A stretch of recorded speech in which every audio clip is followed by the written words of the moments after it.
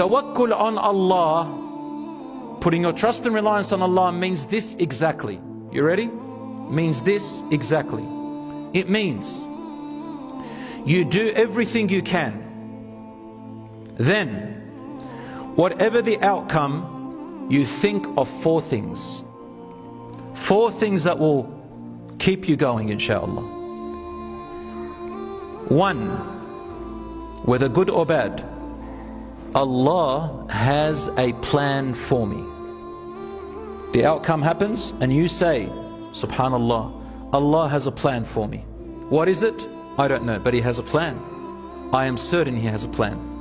Number 2, if it's a suffering that happened to you, say 100% good is going to come out of this suffering. 100%. Good is going to come out of this suffering I'm going through, and it will. Or number 3, this suffering is a test for me. I know this is a test from Allah. It's possibly a test for my hereafter, and a test of knowing myself. I will pass it and I will not let it overcome me. You know that test one and this suffering and all that?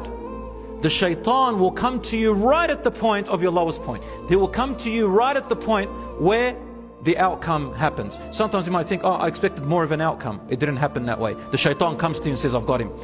I've got him and her. I'm going to start whispering right now. What do they whisper? You missed out on this, man. You could have done that. You're a failure. You had this opportunity. Your friend does it. You missed out. What are you doing? You're a failure. I told you you're a failure. You would have been whispering like that. Or if you failed, says, I told you you're not good. You sat there relying on Allah, making all your dua and everything, and you did everything that it needs and you still failed. You're a loser. Why do you even rely on God? There's no such thing as God. That shaitan will get you right there, brothers and sisters, right there. Sometimes the shaitan will come to you and say, pray more, pray more. Pray more, pray more, pray more, pray more. And as soon as you think you failed in something, he'll say, see, I told you. You prayed all those prayers, all these sheikhs are telling you something, you failed still. Leave prayer. Right there is where the shaitan uses vulnerability. But guess what, brothers and sisters? The shaitan has no power over you. The Quran says this, that on the Day of Judgment, Allah subhanahu wa ta'ala says, قال قرينه ربنا ما أطغيته ولكن كان في ضلال بعيد. His own or her own shaitan that is born with him, the qareen, will say on the Day of Judgment, oh my Lord, I did not make them go astray, but he or she was too far. They already thought bad about themselves. They were too far away. They were diving way far away. I just whispered and they listened.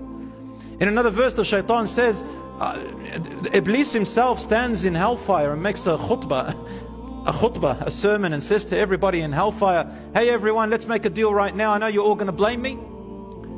Let's just agree. I don't blame you. You don't blame me. Every man to himself. I just called you and you listened. So don't hold anything against me, man. I had no power over you.